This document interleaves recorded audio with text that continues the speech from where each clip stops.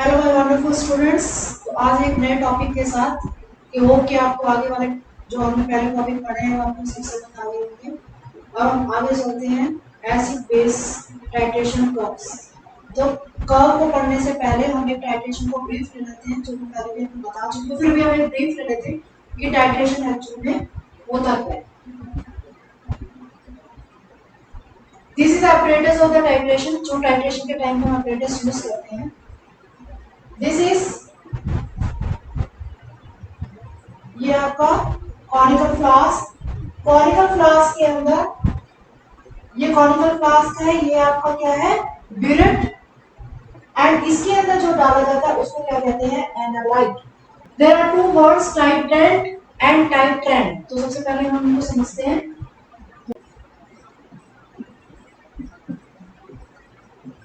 Titrant and one is titrant.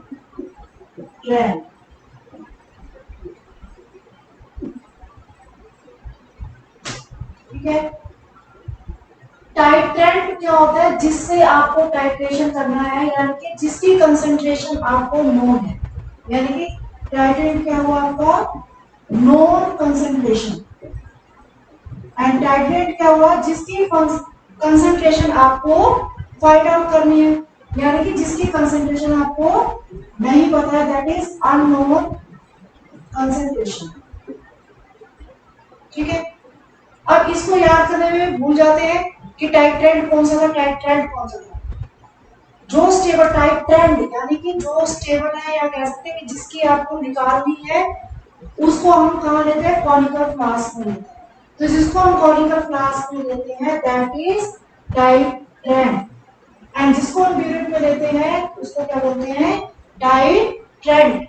जिसकी concentration या जिसकी नॉर्मेलिटी मोलारिटी हमें पता होती है, उसको हम क्या कहते हैं, टाइट्रेंट। तो यहाँ पे हम कह सकते हैं। और दूसरा, इस टाइट्रेंट को क्या कहते हैं, दूसरा analyte. This is also known as analyte. तो this is the apparatus used in the titration। तो इसके अंदर सबसे पहले हम क्या करते हैं, किसी भी नॉर्मेलिटी का सॉल्यूशन बनाते हैं। फॉर एग्जांपल, क्या आपको NaOH और HCl को टाइट्रेट करना है, तो आप NaOH का जैसे कि आपने 0.1 नॉर्मल बनाया, 0.1 नॉर्मल HCl बनाया। आपने कहा कि स्टैंडर्डाइजेशन ऑफ HCl करना है, यानी कि आपको HCl की जो कंसंट्रेशन है वो फाइंड आउट करना, स्टैंडर्डाइजेशन करना है। एक होता है स्टैंडर्ड, यानी कि जिसकी कंसंट्रेशन आपको पता है। एक होता है स्टैंडर्डाइजेशन, यानी कि जिसकी कंसंट्रेशन को आपको फाइंड आउट करना है। तो आपको सबसे पहले वर्ड्स के अंदर कंफ्यूज नहीं होना है। तो एक होता है स्टैंडर्ड एंड सेकंड वर्ड होता है स्टैंडर्डाइजेशन।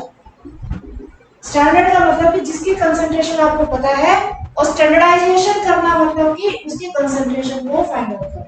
आप जैसे मैंने कहा कि HCl की concentration, you have to standardize HCl means you have to find out the concentration of HCl with the standard solution of NaOH। यानी कि एसिड है तो उसको बेस से निकाला जाएगा। तो स्टैंडर्ड का मतलब जिसकी कंसंट्रेशन हमें नोन है, और स्टैंडर्डाइजेशन का मतलब जिसकी कंसंट्रेशन हमें निकालनी है। ठीक है। तो ऐसे हमने जैसे कि NaOH बनाया, NaOH आपने यहाँ पे डाल दिया, और HCl की आपको स्टैंडर्डाइजेशन करनी है, यानी कि एसिड की कंसंट्रेशन को आपको निकालना है। तो वो आप कहाँ पे ले लेंगे, यहाँ पे ले लेंगे। धीरे धीरे आप इसके अंदर इसको डालते रहेंगे। अब इसके अंदर एक चीज और डालते हैं, दैट इज इंडिकेटर। जब हम एक्चुअल में क्या कर रहे हैं, हम यहाँ पे इसको इससे टाइट्रेट करने का मतलब क्या हो रहा है कि हम इसके रिएक्शन को कर रहे हैं कि जब तक इसका न्यूट्रल पॉइंट ना आ जाए, तब तक कि एसिड और बेस पूरी तरह से आपस में रिएक्ट ना हो जाए। तो उस एंड पॉइंट को देखने के लिए, या ये न्यूट्रलाइजेशन हो गया है कंप्लीट या नहीं हो गया है, उसके लिए हम क्या यूज करते हैं, इंडिकेटर। इंडिकेटर जो है वो अपना एसिड में एक कलर देता है, बेस में दूसरा कलर देता है। तो जैसे उसका कलर चेंज होता है, हमें पता चल जाता है कि इसका एंड पॉइंट आ गया है, अब रिएक्शन जो है हमारी कंप्लीट हो गई है। राइट। तो इसमें टर्म है, जैसे कि मैंने आपको अभी बताया, titrant. Titrant is solution of non concentration which is added to another solution whose concentration has to be determined. तो वो वाला सॉल्यूशन जिसकी कंसंट्रेशन हमें पता है और वो किसी दूसरे सॉल्यूशन के अंदर डाला जा रहा है, उसकी कंसंट्रेशन को फाइंड आउट करने के लिए। दूसरा है आपका titrant. Titrant the solution whose concentration has to be determined, जिसकी कंसंट्रेशन को आपको डिटरमाइन करना है। Then is equivalence point. Equivalence point क्या होता है? जैसे इसका वर्ड ही बता रहा है, इक्विवेलेंस पॉइंट मतलब कि दोनों इक्वल हो गए हैं, अब उसके अंदर ना एसिड बचे हैं ना बेस बना है, और वो दोनों रिएक्ट करके जो है वो साल्ट फॉर्म में कन्वर्ट हो गया, या उसको कह सकते हैं न्यूट्रलाइजेशन को। The point in titration as is the amount of titrant added is thus enough to completely neutralize the analyte solution। यानी कि जो आपने टाइट्रेंट ऊपर से आप डाल रहे हैं वो सफिशिएंट है, जो आपने ऊपर टाइट्रेंट डाला है वो नीचे किस में डाल रहा है? एनालाइट में डाल रहा है, तो वो सफिशिएंट है उसको न्यूट्रलाइज करने के लिए। At the equivalence point in acid-base titration, moles of base equal to moles of acid। अब हम टाइट्रेशन किस-किस के बीच में कर रहे हैं? एसिड और बेस के बीच में। ये हमें पता है कि टाइट्रेशन हमेशा एसिड और बेस के बीच में होगा, एसिड या बेस के बीच में टाइट्रेशन नहीं होता है, बिकॉज जो आपका कॉन्सेप्ट आपने पढ़ा था आयनियंस लगा लो या फिर आपको कांस्टेंट लॉ बना लो, जो कॉन्सेप्ट था कि H पॉजिटिव एक रिलीज करेगा, OH रिलीज करेगा, तो एक देने वाला होगा एक लेने वाला होगा, जो कांस्टेंट का कि H पॉजिटिव से देगा और एक और लेगा।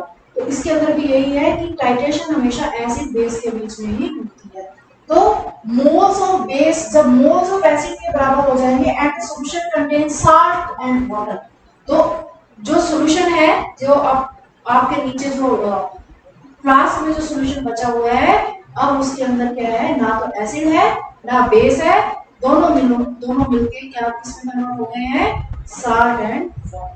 तो रिएक्शन देखते हैं कि हमने एसिड और बेस लिया, ठीक है। इक्विवेलेंस पॉइंट पे क्या हुआ? This is positive charge, this is negative charge, this is positive charge, this is negative charge, NaCl and ये इसके साथ मिलकर क्या निकल जाता है? Water, right. तो किसी भी एसिड बेस टाइट्रेशन में जब हम टाइट्रेशन करते हैं तो हमें याद रखना है कि उसमें दो चीजें बनती है, एक सॉल्ट बनता है, एक वाटर निकल जाता है। तो जब वो सॉल्ट बन जाता है तो that is the neutralization point या फिर इक्विवेलेंस पॉइंट। उस टाइम पे दोनों के मोल्स क्या होते हैं?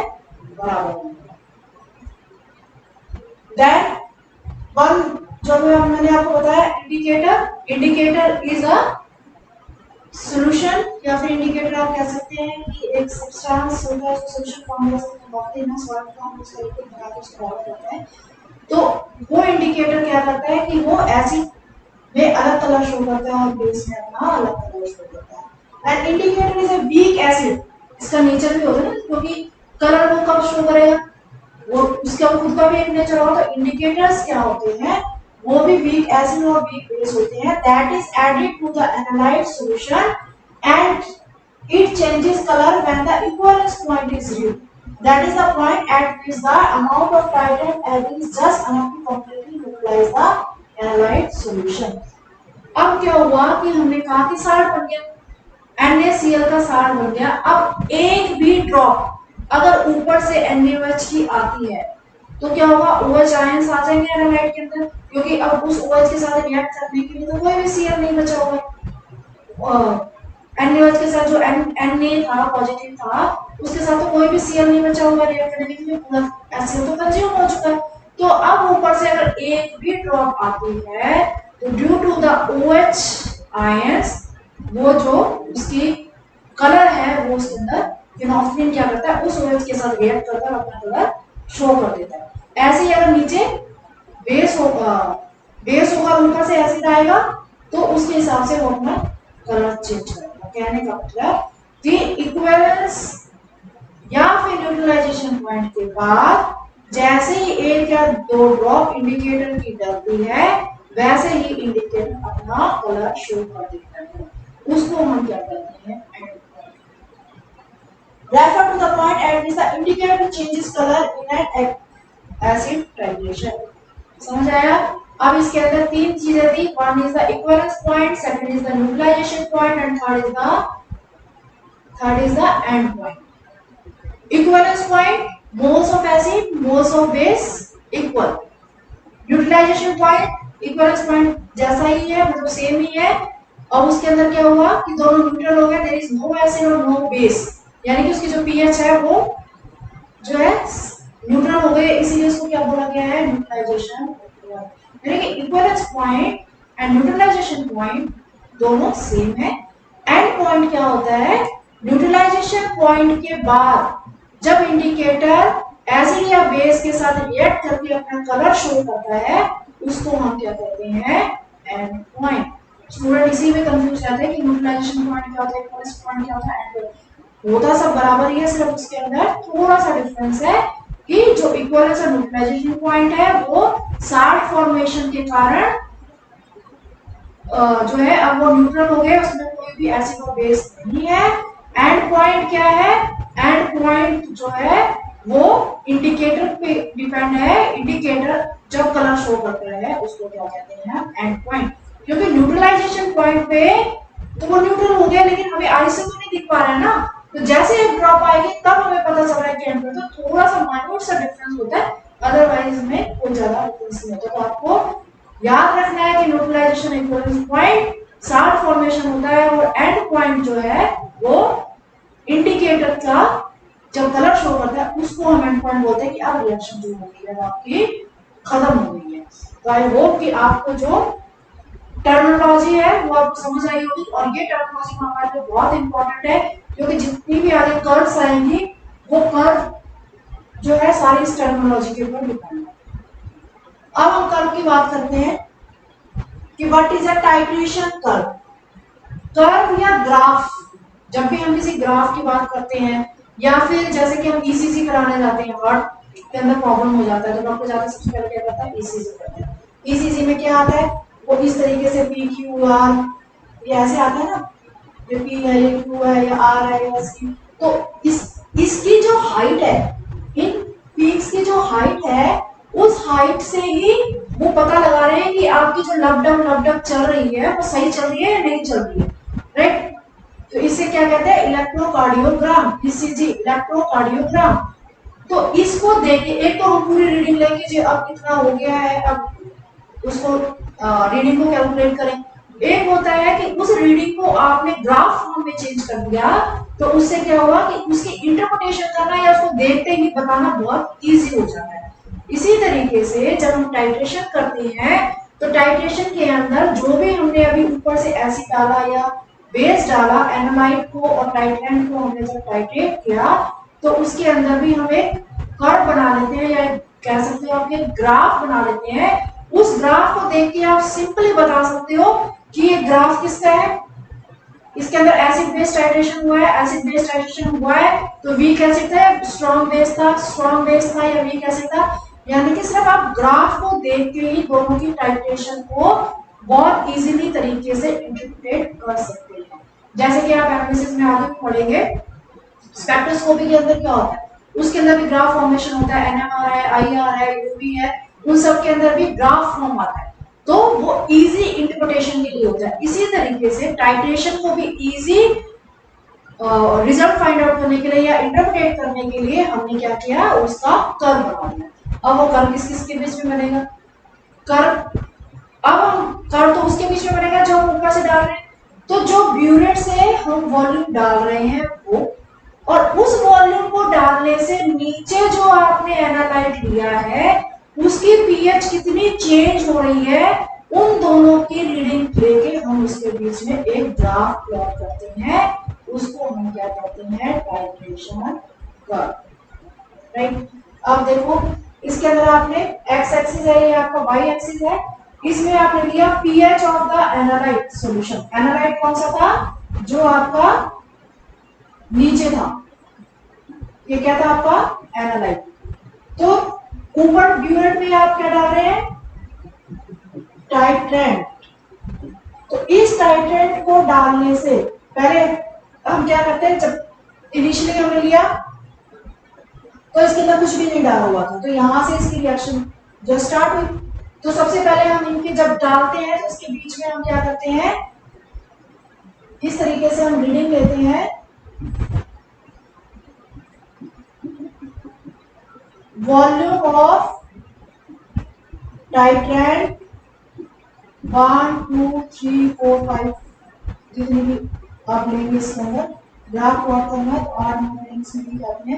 वॉल्यूम ऑफ द टाइट्रेंट सबसे पहले 0 था, अभी हमने ब्यूट में से कुछ नहीं डाला, यहाँ जो इसकी पीएच थी वो हम पीएच यहाँ पे लिख देंगे। ठीक है, तो ये क्या हुआ पीएच। सपोज कि ये HCl था, HCl के अंदर पीएच स्ट्रॉन्ग था तो सपोज कि इसकी पीएच क्या थी 1 3।